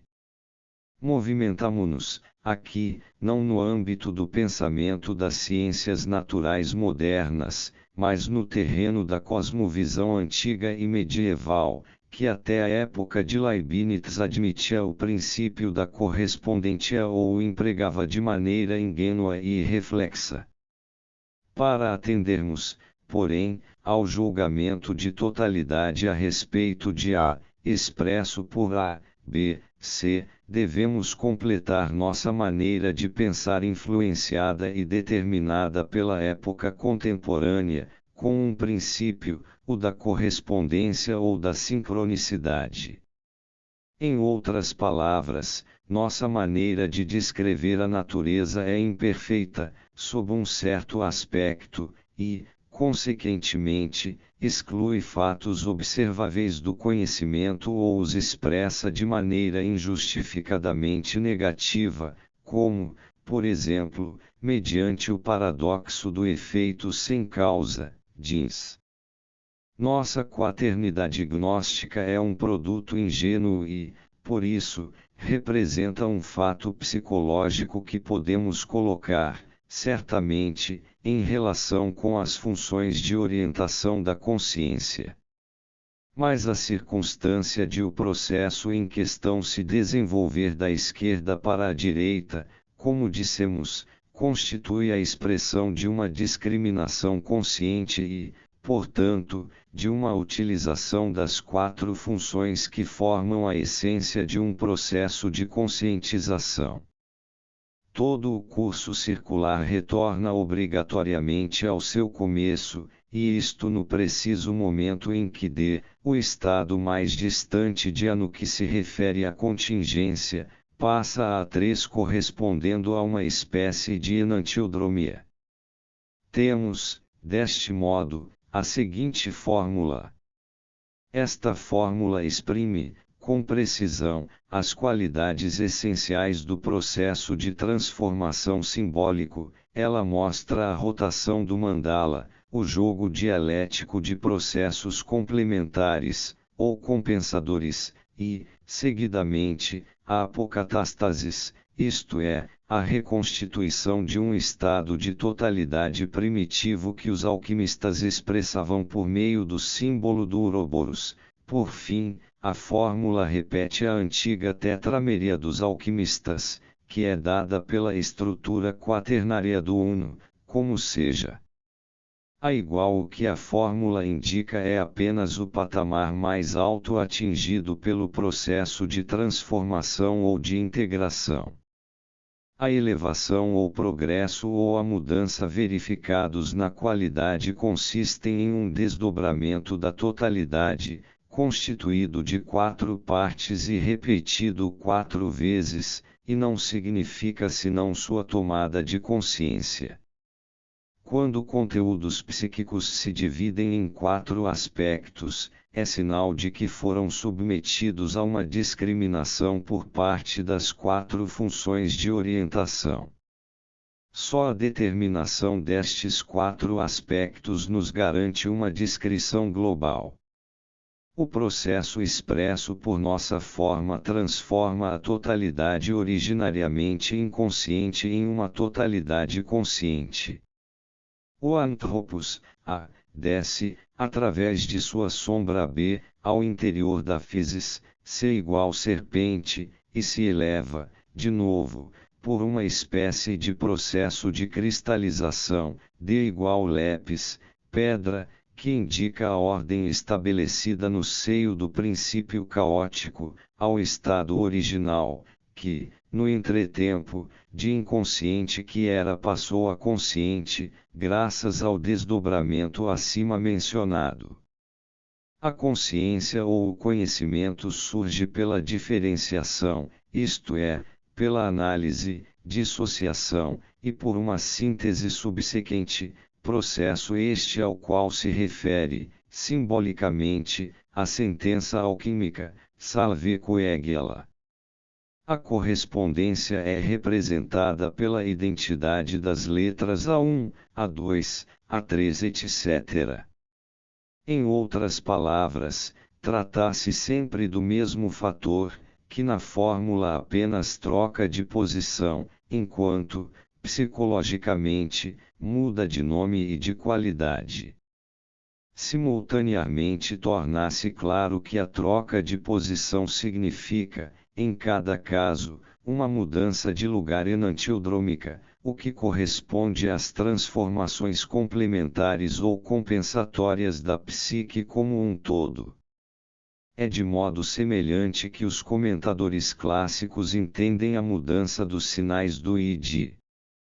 Cada configuração arquetípica possui sua luminosidade específica, como se vê à luz de sua própria designação, assim, a D, como interpretação de raça sem rei, isto é, livre, a um D1, como quaternio da sombra, que está aborrecido porque representa o homem demasiado humano, o mais hediondo dos homens de Nietzsche, a 2D2, como o paraíso que fala em seu próprio favor, e, por fim, a 3D3, como o mundo da matéria, cuja luminosidade, expressa sob a forma do materialismo, ameaça esmagar nosso mundo. Certamente não é preciso que eu mostre, em detalhe, quais os tipos de transformações ocorridas na história do espírito dos 2 últimos 1000 anos que aqui estão expressos. A fórmula em questão representa um símbolo do si mesmo, pois este último não é apenas uma grandeza estática ou uma forma persistente, mas também um processo dinâmico, do mesmo modo que os antigos não consideravam a imago Dei, imagem de Deus, presente no homem como uma marca morta deixada pelo sinete, mas como força atuante. As 4 transformações constituem um processo de reconstituição ou de rejuvenescimento que tem lugar, por assim dizer, no interior do si mesmo, mais ou menos comparável ao ciclo do carbono e do nitrogênio no interior do Sol, durante o qual um núcleo de carbono capta 4 prótons, 2 dos quais imediatamente se convertem em nêutrons. Ao cabo desse ciclo, libera-os de novo sob a forma de partículas, alfa. Neste ponto, o núcleo de carbono volta a emergir, inalterado, como a fênix das cinzas. É presumível que o mistério do ser, isto é, a existência do átomo e suas partes constitutivas consistem em um processo, incessantemente repetido, de rejuvenescimento, chega-se a semelhantes suposições quando se tenta explicar a luminosidade dos arquétipos. Estou plenamente cônscio do caráter sumamente hipotético desta comparação, mas considero oportuno fazer semelhantes reflexões, mesmo com o risco de ser enganado pelas aparências. Mais cedo ou mais tarde, a física atômica e a psicologia do inconsciente terão que se aproximar significativamente uma da outra, pois as duas, independentes entre si e partindo de lados opostos, avançarão em um domínio transcendental, aquela, com a noção do átomo, e esta com a noção do arquétipo. A analogia extraída da física não é uma digressão, porque o próprio esquema dos símbolos representa a descida ao seio da matéria e postula a identidade do exterior com o interior. A psique não pode ser coisa inteiramente diversa da matéria, pois, se o fosse, como poderia movimentar a matéria? E a matéria não pode ser estranha à psique, pois como poderia esta produzir a matéria?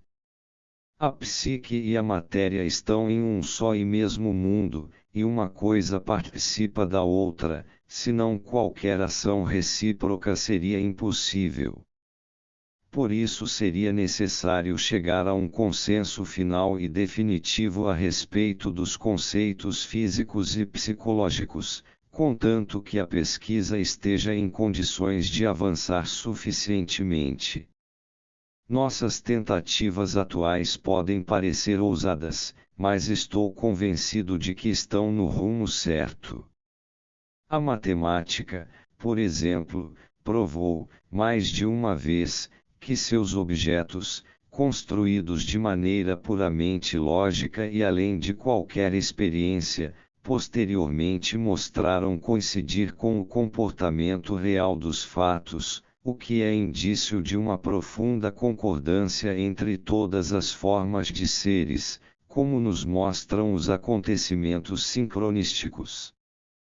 Como a formação das analogias é uma lei que domina, em grande escala, a vida da psique, podemos supor, certamente com razão, que nossa construção, aparentemente de índole meramente especulativa, não é uma inovação, mas foi prefigurada nas fases mais remotas do pensamento reflexo.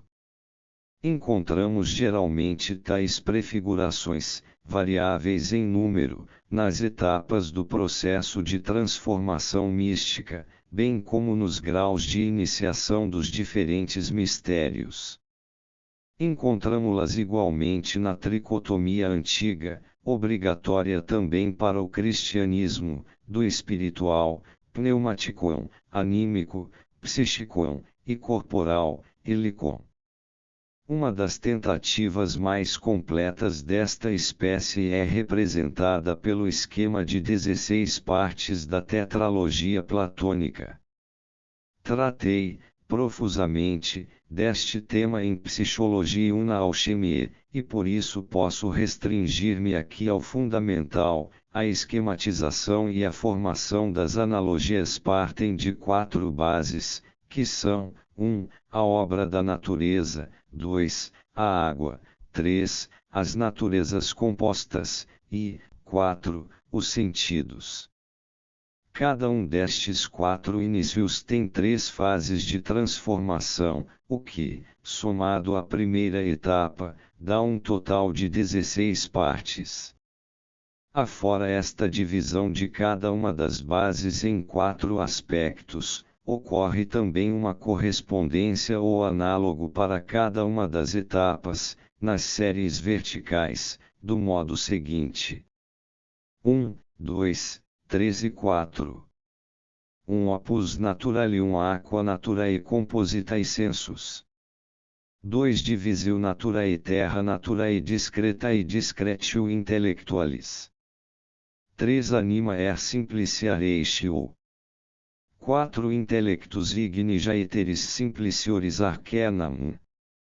Esta tabela de correspondência representa, ao mesmo tempo, o opus alchemicum, obra alquímica, que se entrelaçava também com a astrologia e com a chamada arte necromântica. Vê-se este último aspecto no emprego de números significativos e na invocação dos spiritas familiares, espírito familiar.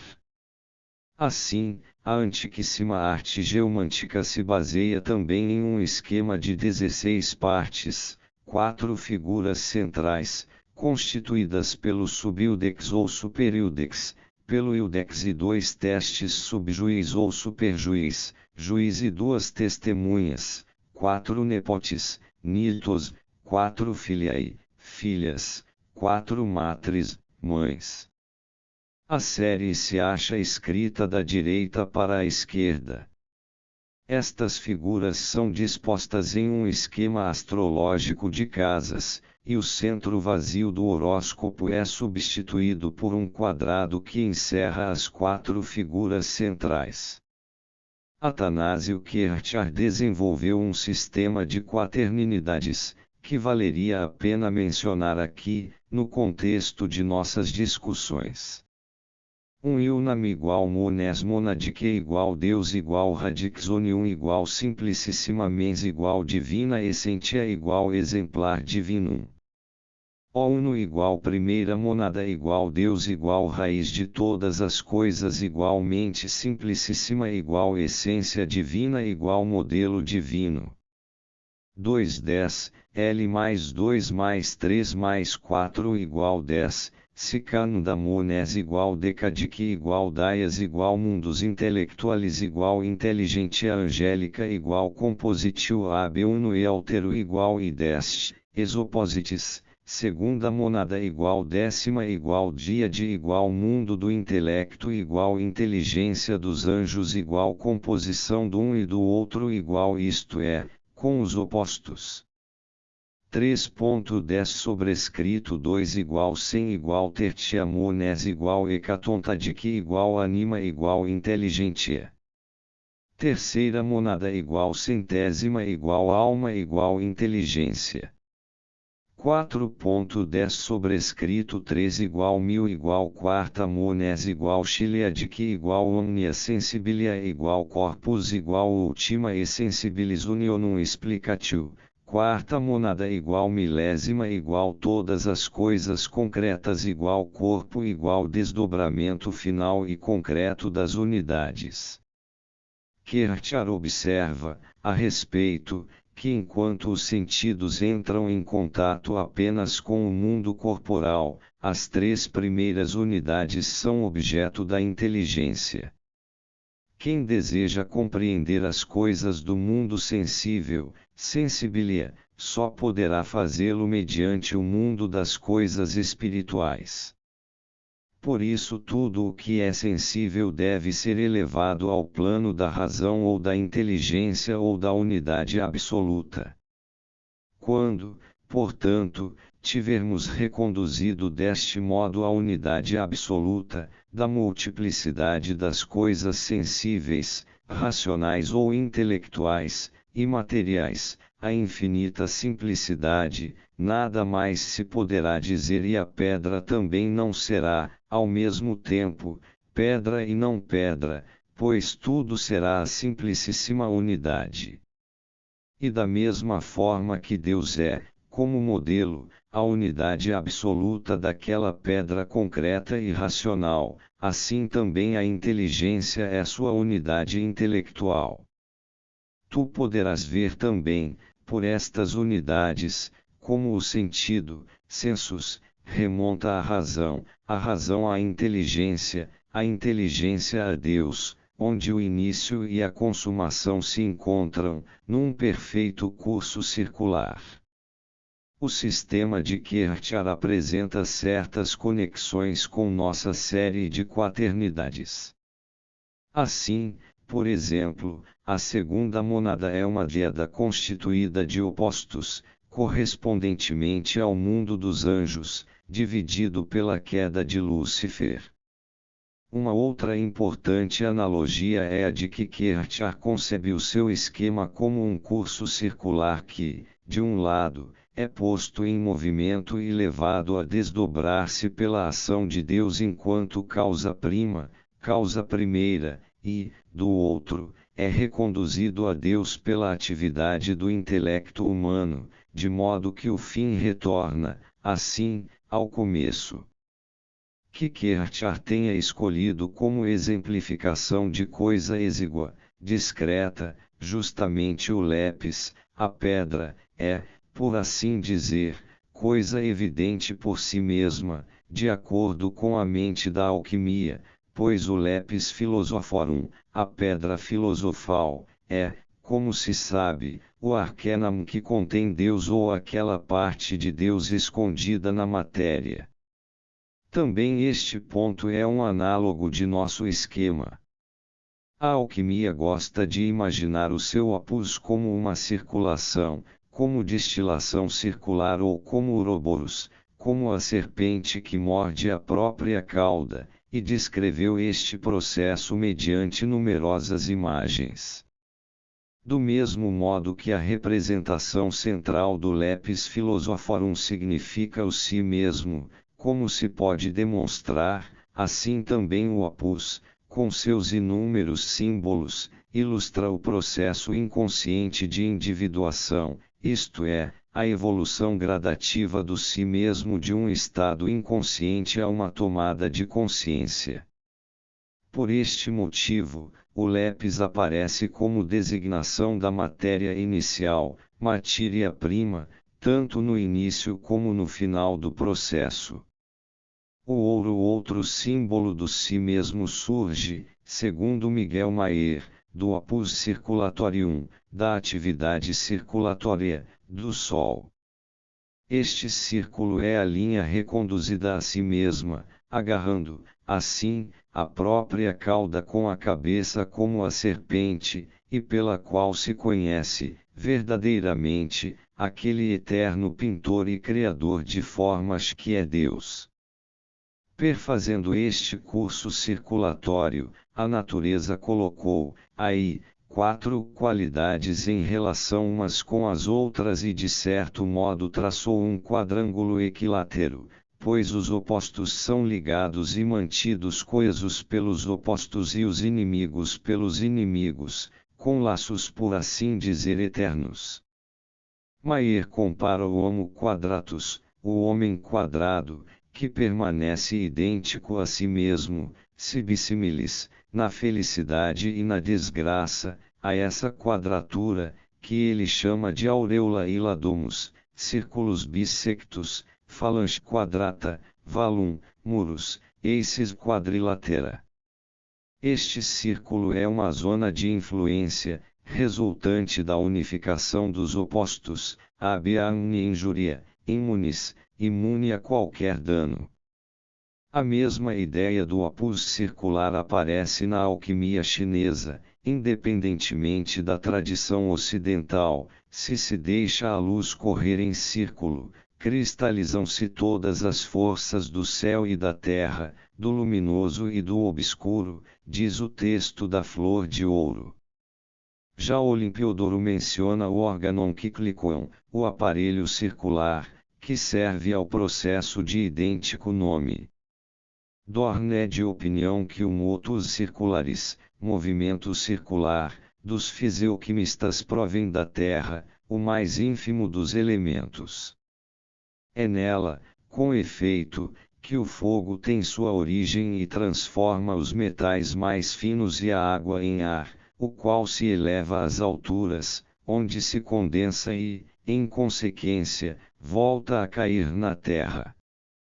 Mas, ao subir, os elementos volatilizados captam o sêmen masculino dos cérebros superiores e o trazem às 4 matrizes, os elementos, para fecundá-las espagiricamente alquimicamente. É a distilatio circulatoria que, segundo João de Rupescissa, deve ser repetida 1000 vezes. A ideia fundamental do ascensus, subida, e do descensus, descida, já se encontra na Tábula Smaragdina, e as etapas da transformação são objeto de muitas ilustrações, sobretudo, por exemplo, na chamada Ripley-Scrolly e suas variantes que devem ser entendidas como tentativas indiretas de expressar imagisticamente os processos inconscientes da individuação.